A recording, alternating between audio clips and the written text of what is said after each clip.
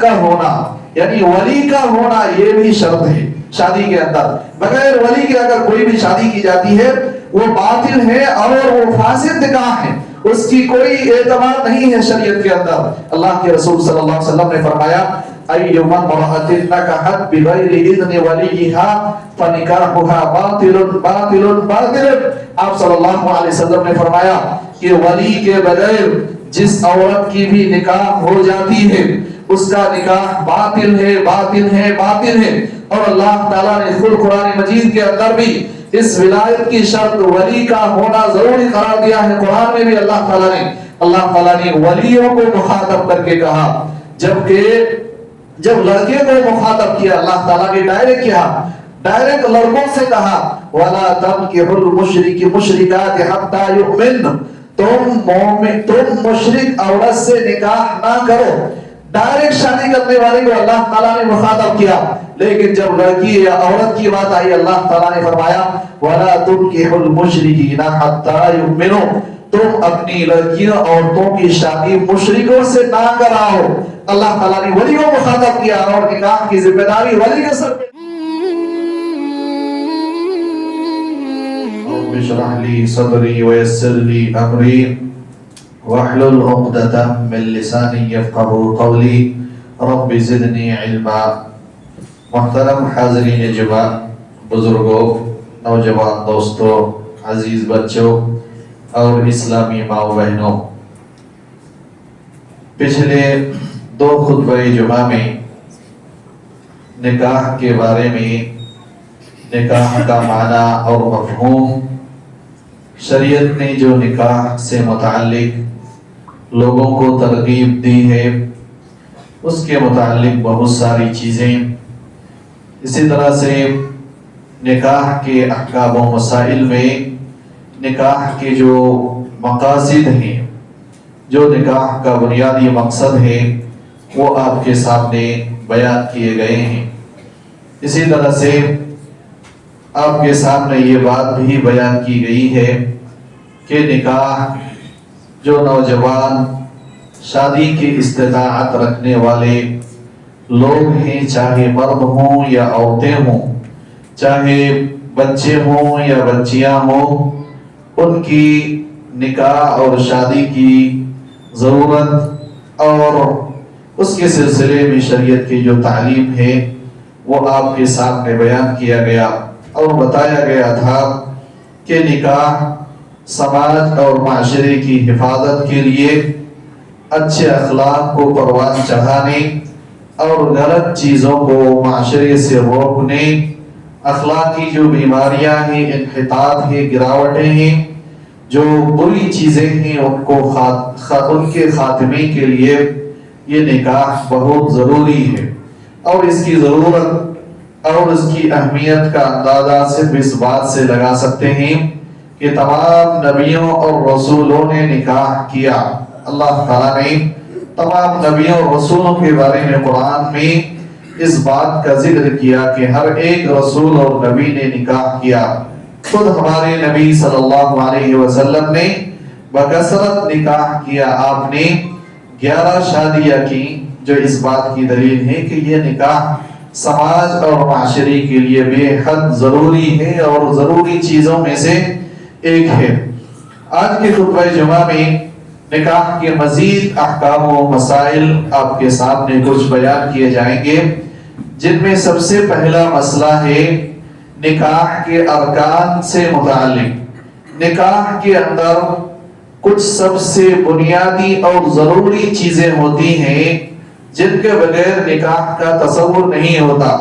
اگر وہ چیزیں نکاح کے اندر نہ پائی جائیں تو نکاح درست نہیں ہوتا ہے.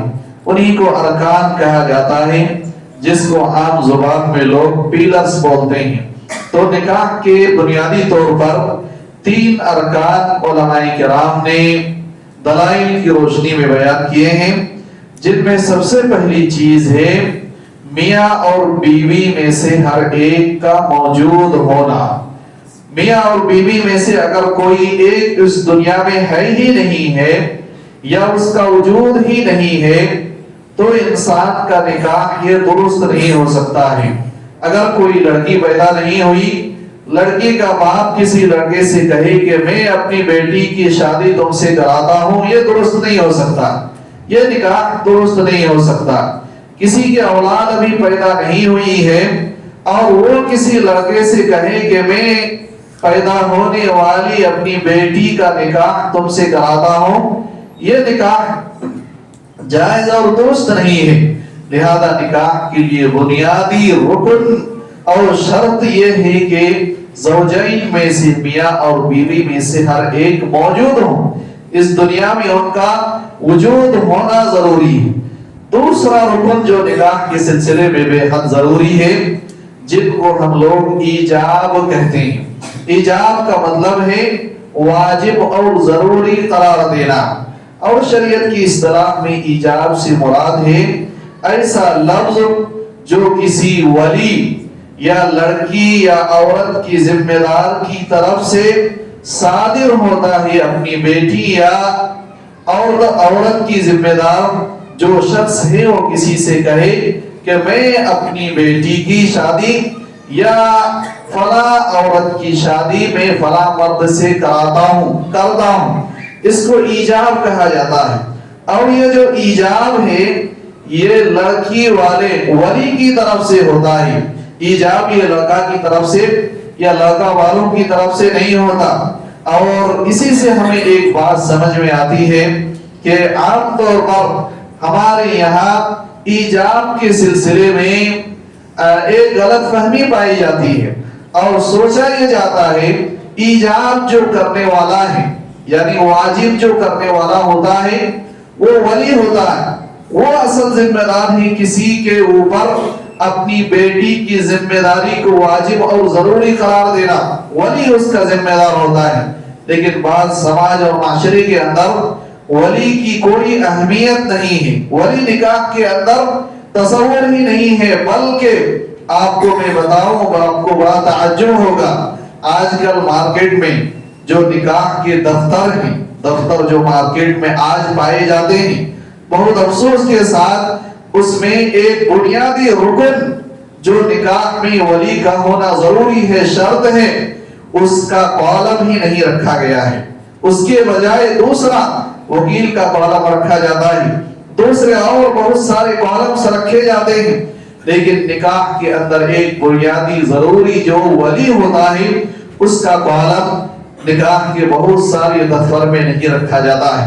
مجبوری میں ہمیں کیا کرنا پڑتا ہے، کسی دوسرے کالم میں وہاں جہاں کوئی وکیل ہوتا ہے یا میڈیٹر کا کالم ہوتا ہے وہاں پہ ہمیں ولی کا نام لکھنا پڑتا ہے اور اس طرح سے نکاح کرایا جاتا ہے۔ تو ولی کا ہونا یہ ضروری ہے اور یہ ولی کی ذمہ داری ہوتی ہے کہ اپنی بیٹی کا نکاح کسی انسان سے کرائے اور وہ اپنی بیٹی سے اس کے سلسلے میں بات کریں، ان سے اجازت پوچھیں، رضامندی پوچھیں۔ تو یہ دوسری چیز ہے ایجاب جس کو کہا جاتا ہے، اور یہ لڑکی کی طرف سے، لڑکی کے ولی کی طرف سے ہوتا ہے۔ ایک قبول ہوتا ہے جو لڑکا کی طرف سے ہوتا ہے، دلہا کی طرف سے ہوتا ہے۔ قبول کا مطلب ہے کہ انسان اپنی بیوی کو قبول کرے، اس کی ذمہ داری زندگی بھر اٹھانے کی جو ذمہ داری ہے اس کو قبول کرے، اور یہ لڑکا کی طرف سے قبول ہوتا ہے۔ اور یہاں پہ بھی بعض غلطیاں ہمارے معاشرے اور سماج میں پائی جاتی ہیں، جن کو شریعت کا علم نہیں ہے وہ بسا اوقات دفتر لے جا کر یا کچھ لوگ جا کر باضابطہ لڑکی سے یہ سوال پوچھتے ہیں کہ آپ کا نکاح فلاں لڑکے سے کیا جا رہا ہے، کیا آپ قبول کرتی ہیں؟ عورت سے پوچھا جاتا ہے، جبکہ قبول لڑکی کی طرف سے، عورت کی طرف سے نہیں، بلکہ قبول یہ لڑکا کی طرف سے، دلہا کی طرف سے ہوتا ہے۔ لہذا یہ تین چیزیں جن کو نکاح کے ارکان کہا جاتا ہے، سب سے پہلی چیز ہے میاں بیوی میں سے ہر ایک کا وجود ہونا، اور اسی طرح سے دوسری چیز ہے ایجاب جو کہ لڑکی کی طرف سے ہوتا ہے یا لڑکی کے ولی کی طرف سے ہوتا ہے، اور تیسری چیز ہے قبول جو کہ دلہا اور لڑکا کی طرف سے ہوتا ہے۔ اس کے بعد نکاح کے اندر کچھ شرطیں ہیں جن کا ہونا بھی بہت ضروری ہے، ان میں سے ہر ایک شرط کا پایا جانا نکاح میں ضروری ہے۔ ورنہ وہ نکاح بھی درست نہیں ہوتا۔ اور میں جو سب سے پہلی چیز ہے، میاں اور بیوی میں سے ہر ایک کی تعین ہونا، فکس کرنا ضروری ہے۔ اگر کوئی لڑکا ہے اور یا کوئی آدمی ہے، اس کے کئی لڑکے ہیں، ایک آدمی ہے ان کے کئی لڑکے ہیں، اگر وہ کہے کہ میں اپنے بیٹے کی شادی آپ کی بیٹی سے کراؤں، یہ نکاح درست نہیں ہوتا، بلکہ یہ فکس کرنا ضروری ہے، عبدالعزیز، عبداللہ، عبدالرحمن یا میرے بڑے بیٹے یا یہ بیٹا جو میرے ساتھ ابھی ہے، اس کی شادی میں آپ کی بیٹی سے کرانا چاہتا ہوں، یہ فکس کرنا ضروری ہے۔ اسی طرح سے لڑکی کے معاملے میں بھی ایسا ہی، اگر کسی انسان کی کئی بیٹیاں ہیں تو ان بیٹیوں میں سے کس کا نکاح آپ کرانا چاہتے ہیں وہ فکس کرنا ضروری ہے۔ اگر کوئی انسان، کسی لڑکی کا باپ اگر یہ کہے کہ میں اپنی کسی ایک بیٹی کی شادی آپ سے کراتا ہوں، کسی لڑکے سے کہے، یہ نکاح درست نہیں ہو سکتا، بلکہ اس میں دھوکے کا بہت زیادہ خطرہ ہوتا ہے، اس لیے شریعت نے وہ تمام دھوکے کے راستے بند کر دیا ہے۔ اگر کوئی انسان فکس کیے بغیر فاطمہ، عائشہ، حفصہ، اس کے بغیر اگر صرف بولتا ہے کہ میں اپنی بیٹی کا شادی کراتا ہوں، یہ درست نہیں ہے۔ کون سی بیٹی آپ کے پاس 4-5 بیٹیاں ہیں، کس کی شادی کرانا چاہتے ہیں؟ اس لیے فکس کرنا یہ ضروری ہے کہ کس بیٹی کی شادی آپ کرا رہے ہیں۔ تو ہر ایک کی، چاہے مرد ہو یا عورت، ان کی تعیین اور فکس کرنا نکاح میں بہت ضروری ہے۔ اسی طرح سے ہر ایک کی رضامندی، لڑکا اور لڑکی میں سے ہر ایک کی رضامندی یہ بھی نکاح کے اندر ضروری ہے۔ اللہ کے رسول صلی اللہ علیہ وسلم نے فرمایا لا تنکح الایّم حتی تستأمر ولا تنکح البکر حتی تستأذن قالوا کیف اذنها یا رسول اللہ قال ان تسکتا۔ اللہ کے نبی صلی اللہ علیہ وسلم نے فرمایا کوئی اگر سیبہ ہے، یعنی پہلے کسی جگہ ان کی شادی ہوئی تھی، کسی وجہ سے شوہر کی وفات کی وجہ سے یا طلاق ہو جانے یا خلا ہو جانے کی وجہ سے پہلے شوہر سے وہ جدا ہو چکی ہے، دوسری جگہ ان کا نکاح پھر سے ہو رہا ہے، ان کو سیب یا سیبہ کہا جاتا ہے۔ عربی زبان میں انہیں کو ایم کہا۔ اللہ کے رسول صلی اللہ علیہ وسلم نے، آپ صلی اللہ علیہ وسلم نے فرمایا ایسی کوئی عورت ہے جن کی شادی پہلے ہوئی تھی، دوبارہ اگر ان کی شادی کی جا رہی ہے تو ان سے پوچھنا ضروری ہے، ان سے پوچھے بغیر ان کا نکاح کرنا درست نہیں ہے، ان کی رضامندی کے بغیر شادی کرانا جائز اور درست نہیں ہے۔ اسی طرح سے جو باکرہ ہیں، جن کی ابھی بالکل کہیں شادی نہیں ہوئی ہے، ان سے بھی پوچھنا ضروری ہے، ان کی رضامندی بھی حاصل کرنا ضروری ہے۔ اللہ کے رسول صلی اللہ علیہ وسلم نے آپ صلی اللہ علیہ وسلم سے پوچھا گیا، اے اللہ کے نبی صلی اللہ علیہ وسلم ان کی اجازت کیسی ہے؟ یعنی باکرہ جن کی ابھی شادی نہیں ہوئی ہے ان سے اجازت لیں، اس کی کیا علامت ہے ان کی اجازت کی؟ آپ صلی اللہ علیہ وسلم نے فرمایا ان تسکتا، کہ وہ خاموش رہ جائے۔ آپ صلی اللہ علیہ وسلم نے فرمایا اذنها سماتها، ان کا خاموش رہ جانا ہی ان کی اجازت ہے۔ کسی عورت یا بچی جس کی شادی نہیں ہوئی ہے، وہ اگر ان سے پوچھا جاتا ہے آپ کی شادی کرانا چاہتے ہیں، وہ خاموش رہتی ہے، یہ اس عورت کی طرف سے اجازت تصور کیا جاتا ہے۔ لہذا یہ دوسری چیز ہے، شادی میں رضامندی ہر ایک کی ہونا ضروری ہے۔ تیسری چیز ولایت کا ہونا، یعنی ولی کا ہونا، یہ بھی شرط ہے شادی کے اندر۔ بغیر ولی کے اگر کوئی بھی شادی کی جاتی ہے وہ باطل ہے اور وہ فاسد نکاح ہے، اس کی کوئی اعتبار نہیں ہے شریعت کے اندر۔ اللہ کے رسول صلی اللہ علیہ وسلم نے فرمایا ایما امرأۃ نکحت بغیر اذن ولیہا فنکاحها باطل باطل باطل۔ آپ صلی اللہ علیہ وسلم نے فرمایا کہ ولی کے بغیر جس عورت کی بھی نکاح ہو جاتی ہے اس کا نکاح باطل ہے باطل ہے باطل ہے۔ اور اللہ تعالیٰ نے خود قرآن مجید کے اندر بھی اس ولایت کی شرط ولی کا ہونا ضروری قرار دیا ہے۔ قرآن میں بھی اللہ تعالیٰ نے ولیوں کو مخاطب کر کے کہا، جبکہ جب لڑکے کو مخاطب کیا اللہ تعالیٰ نے ڈائریکٹ لڑکوں سے کہا وَلَا تَنْكِحُوا الْمُشْرِكَاتِ حَتَّى يُؤْمِنْ، تم مشرک عورت سے نکاح نہ کرو۔ ڈائریکٹ شادی کرنے والے کو اللہ تعالیٰ نے مخاطب کیا، لیکن جب لڑکی یا عورت کی بات آئی اللہ تعالیٰ نے فرمایا وَلَا تُنْكِحُ الْمُشْرِكِينَ حَتَّى يُؤْمِنُوا، تم اپنی لڑکیوں عورتوں کی شادی مشرکوں سے نہ کراؤ۔ اللہ تعالیٰ نے ولی کو مخاطب کیا اور نکاح کی ذمہ داری ولی کے سر پہ ڈالا۔ اللہ کے رسول صلی اللہ علیہ وسلم نے وہی فرمایا بغیر ولی کے اگر نکاح ہو جاتا ہے کسی عورت کا تو وہ نکاح باطل ہے۔ آپ صلی اللہ علیہ وسلم نے فرمایا لا نکاح الا بولی، کوئی بھی نکاح ولی کے بغیر درست نہیں ہوتا ہے، اس لیے ولی کا ہونا یہ ضروری ہے۔ ولی لڑکی کا باپ ہوتا ہے، اگر باپ نہیں ہے تو ایسی صورت میں لڑکی کا جو سب سے زیادہ قریبی رشتہ دار ہے وہ رشتہ دار اس کا ولی ہوگا، اور ولی کے بغیر کوئی بھی نکاح درست نہیں ہوتا ہے۔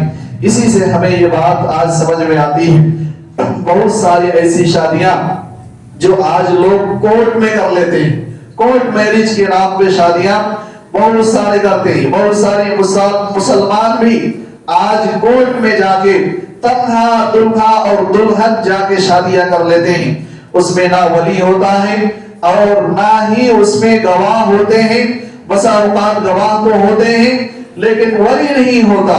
تو ایسے تمام نکاح جس کے اندر ولی نہیں ہے، ولی کی اجازت نہیں ہے، ولی نکاح میں موجود نہیں ہے، ایسی تمام نکاح باطل ہے، فاسد ہے، وہ نکاح کی کوئی اہمیت شریعت کے اندر نہیں ہے۔ اگر کوئی کورٹ میرج کر لیتا ہے اس کے بعد دوبارہ وہ ولی اور گواہ کی موجودگی میں اپنا نکاح نہیں بڑھاتا ہے اور اسی کورٹ میرج کے ساتھ اپنی پوری زندگی گزارتا ہے تو ایسا مرد اور عورت ہمیشہ کے لیے زناکار تصور کیا جاتا ہے، اس کا نکاح ہی نہیں ہے، وہ جائز اور درست ہی نہیں ہے۔ اس لیے ایسے نکاح سے ہمیں بچنے کی کوشش کرنی چاہیے۔ اسی طرح سے ایک اور چیز جو نکاح کے اندر ہونا ضروری ہے اور وہ ہے گواہ کا ہونا۔ تو عادل مرد گواہوں کا، مسلمان گواہوں کا ہونا نکاح کے اندر ضروری ہے۔ کوئی بھی دو مرد مسلمان گواہ بن سکتے ہیں، چاہے عورت کی طرف سے ایک مرد ہو، ایک لڑکا کی طرف سے، یا دونوں کسی ایک طرف سے، کوئی حرج کی بات نہیں ہے۔ دو عادل، عدل پسند اور اسلام پہ قائم اور دائم ظاہری طور پر جو مسلمان ہیں انہی کو نکاح کے اندر گواہ بنایا جاتا ہے، لہذا گواہ کا ہونا بھی ضروری ہے۔ اللہ کے نبی صلی اللہ علیہ وسلم نے فرمایا لا نکاح الا بولی وشاہد عدل، کوئی بھی نکاح ولی اور دو گواہ کے بغیر درست نہیں ہوتا، اس لیے ولی کے ساتھ ساتھ گواہ، دو گواہ کا ہونا بھی ضروری ہے۔ اسی طرح سے سب سے آخری چیز جو نکاح کے اندر پائے جانا ضروری ہے وہ یہ ہے کہ نکاح تمام منع کردہ چیزوں سے پاک اور صاف۔ شریعت نے جن چیزوں سے منع کر دیا ہے یا جن عورتوں سے نکاح کرنا منع کر دیا ہے ان عورت سے نکاح نہ ہو، جیسے رضاعی بہن ہیں، رضاعی بھائی ہیں، یا اسی طرح سے رضاعی ماں ہیں، یا کوئی بھی ایسی عورت جن سے انسان کا نکاح اللہ تعالیٰ نے جائز نہیں قرار دیا ہے ان سے نکاح کا خالی ہونا، پاک ہونا بھی ضروری ہے۔ اور ایسے ہی نکاح کے اندر مثال کے طور پر اختلاف دین ہے، مرد مسلمان ہے عورت کافر ہے، یا عورت مسلمان ہے مرد کافر ہے، تب بھی یہ نکاح جائز اور درست نہیں ہوتا۔ اس لیے تمام قسم کی جو رکاوٹیں شریعت نے نکاح میں لگائی ہیں وہ تمام رکاوٹیں نکاح میں نہیں ہونا، حرام عورت نہیں ہونا، کافر عورت نہیں ہونا، مجوسی عورت نہیں ہونا، اور جو دوسرے تمام قسم کی چیزیں جن سے شریعت نے نکاح کے اندر حرام قرار دیا ہے وہ حرام چیزیں نہیں ہونا۔ یہ اگر چیزیں نہیں ہوتی ہیں اور یہ 5 شرطیں اور 3 ارکان جب نکاح کے اندر پائے جاتے ہیں تب کسی انسان کا نکاح جائز اور درست ہوتا ہے۔ اگر ان میں سے کوئی ایک چیز بھی اگر غائب ہوئی تو وہ نکاح درست نہیں ہوتا۔ اس کے بعد ایک اہم مسئلہ ہے نکاح کا پیغام، شریعت نے اس کی ترغیب دی ہے۔ اللہ کے رسول صلی اللہ علیہ وسلم نے بہت ساری حدیثوں کے اندر نکاح کا پیغام دینے اور پیغام لے جانے کا حکم دیا ہے، اس کی ترغیب دی ہے، اس کے دلائل موجود ہیں۔ اور یہ نکاح کا جو پیغام ہے مرد اور عورت میں سے کوئی بھی کسی کو دے سکتا ہے، چاہے عورت کی طرف سے نکاح کا پیغام بھیجا جائے یہ بھی جائز اور درست ہے، مرد کی طرف سے نکاح کا پیغام بھیجا جائے یہ بھی جائز اور درست ہے۔ اور اللہ کے رسول صلی اللہ علیہ وسلم نے پیغام نکاح میں کچھ چیزوں کا خیال رکھنے کا حکم دیا ہے۔ ان میں سب سے پہلی چیز یہ ہے کہ کوئی ایک پیغام پر دوسرا پیغام نہیں دیا جا سکتا۔ کسی مسلمان بھائی نے کسی عورت کو نکاح کا پیغام دیا ہے، دوسرا مسلمان جان بوجھ کر کے ہمارے ایک مسلمان بھائی نے فلاں عورت کو نکاح کا پیغام دیا ہے، دوسرا آدمی بھی پھر اسی کو اگر نکاح کا پیغام دے تو یہ حرام ہے۔ اللہ کے رسول صلی اللہ علیہ وسلم نے فرمایا وَلَا يَخْطُبُ الرَّجُلُ عَلَى خِطْبَةِ أَخِيهِ حَتَّى يَنكِحَ أَوْ يَتْرُكَ، کہ ایک آدمی اپنے بھائی کے پیغام نکاح پر دوبارہ وہ پیغام نکاح ایک ہی عورت کو دو آدمی نہیں دینا، یہاں تک کہ پہلا جو نکاح کا پیغام دینے والا ہے یا تو وہ شادی کر لے یا اس عورت کو ناپسند کر کے چھوڑ دے، تب دوسرا آدمی اس کو نکاح کا پیغام دے۔ لیکن ایک آدمی ابھی نکاح کا پیغام دیا ہوا ہے، بات چیت چل رہی ہے، پھر دوسرا آدمی اس کو پیغام دے، یہ چیز جائز اور درست نہیں ہے۔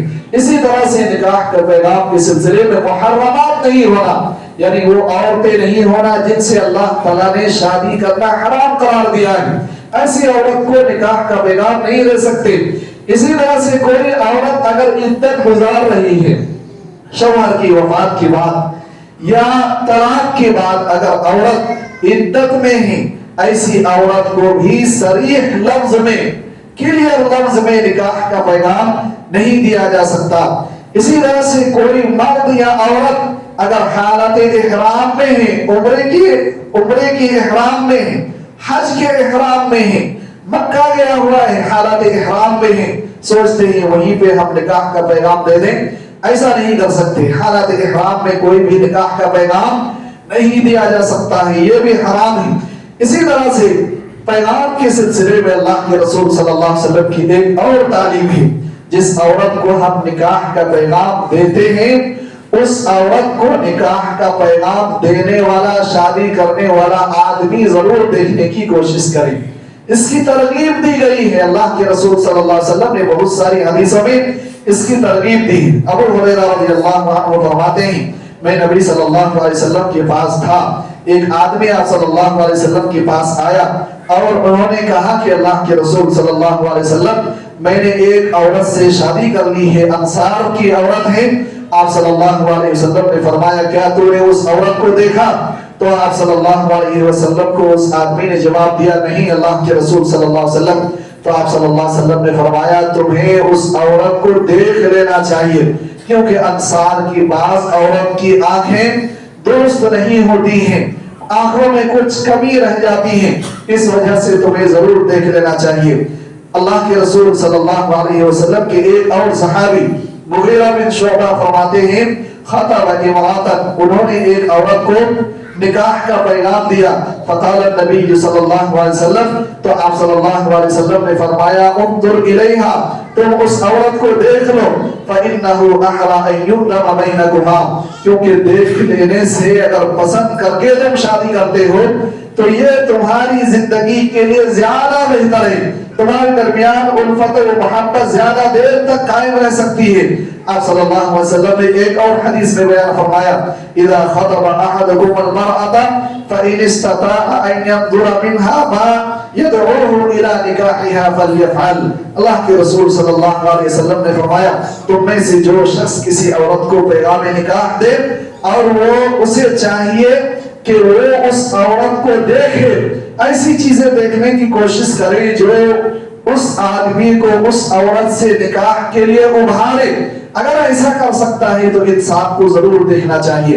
اور صحابہ کرام کے ایسے بہت سارے واقعات ہیں جب کسی عورت سے وہ نکاح کرنا چاہتے تھے، بسا اوقات اس عورت کی اجازت کے بغیر بھی ان کو دیکھنے کی کوشش کرتے تھے۔ یہ شریعت کی ترغیب ہے کہ نکاح کرنے والا انسان جس عورت سے نکاح کر رہا ہے اس کو دیکھے، یہ شریعت کی تعلیم ہے۔ ہمارے یہاں معاشرہ الٹا ہے، آج ہمارے معاشرے میں جس عورت سے جس مرد کو شادی کرنا ہے اس مرد کو دور رکھا جاتا ہے، اور باقی جو ان کے چچیرے بھائی ہیں، خلیرے بھائی ہیں، پورے محلے کے لوگ ہیں، ان کے باپ ہیں، چچا ہیں، ماموں ہیں، نانا ہیں، سب دیکھتے اس بیچارے کے جسے شادی کرنا ہے اسے ہی دور رکھا جاتا، جبکہ ایسا نہیں ہونا چاہیے۔ صرف اسی آدمی کو دیکھنے کی اجازت ہے جو شادی کرنے والا ہے، باقی کسی کو دیکھنے کی اجازت نہیں ہے۔ اور ہم الٹا کرتے ہیں، اسی کو نہیں دکھاتے۔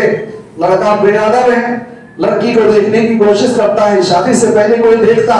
اللہ کے رسول صلی اللہ علیہ وسلم نے اس کی ترغیب دی ہے کہ تم اس عورت کو دیکھو، اس سے تمہارے درمیان الفت و محبت پیدا ہوگی، اور زندگی کا معاملہ ہے، تمہیں ان کے ساتھ زندگی گزارنا ہے، دیکھنا چاہیے۔ اور اس کے برخلاف جو دوسرے تمام لوگ ہیں، چاہے ان کے بھائی ہوں، خلیرے بھائی ہوں، ممیرے بھائی ہوں، محلے کے لوگ ہوں، ان کو دیکھنے کی اجازت نہیں ہے۔ ہمارے معاشرے میں سب لوگ دیکھنے کے لیے جاتے ہیں، سب دیکھتے ہیں، اس کی شریعت کے اندر اجازت نہیں ہے۔ اس کے بعد ایک آخری بات اس سلسلے میں، جو پیغام نکاح ہے وہ صرف ایک عورت کا انتخاب ہے، ایک پیغام کا، نکاح کا ایک پیغام دیتے ہیں، اور یہ ایک بات چیت ہے، ایک سلسلہ ہے، یہ نکاح نہیں ہے۔ پیغام یہ مکمل طور پہ نکاح نہیں ہے۔ اس کا مطلب یہ ہے کہ کوئی انسان اگر کسی کو نکاح کا پیغام دے دیتا ہے، اس کو پسند کر لیتا ہے، اس کی منگنی ہو جاتی ہے، تب بھی اس عورت کو بار بار دیکھنا، ان کے ساتھ گھومنے کے لیے جانا، ان کے ساتھ پارکوں میں جانا، ان کے ساتھ بات چیت کرنا، یہ سب حرام ہے، نہیں کر سکتے۔ ہمارے معاشرے میں اس کے برخلاف ہے۔ اگر منگنی ہو گئی، رشتے کے بعد اگر طے ہو گئی، تو عام طور پر ایک لڑکے کو اور ایک لڑکی کو موبائل تھما دیا جاتا ہے، اور وہ آپس میں ایک دوسرے سے بات چیت کرتے ہیں۔ یہ حرام ہے، یہ جائز اور درست نہیں ہے۔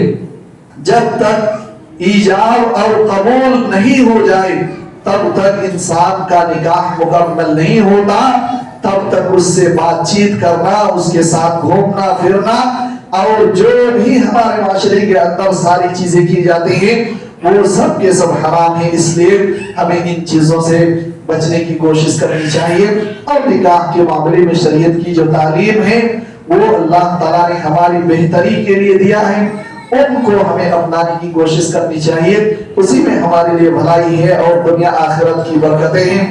اللہ تعالیٰ سے دعا ہے اللہ تعالیٰ ہمیں نکاح کے احکام و مسائل کو صحیح سے سمجھنے اور ان کے مطابق ہمیں عمل کرنے کی توفیق عطا فرمائے۔ اللہ تعالیٰ ہمیں اسلام پہ چلنے کی توفیق عطا فرمائے۔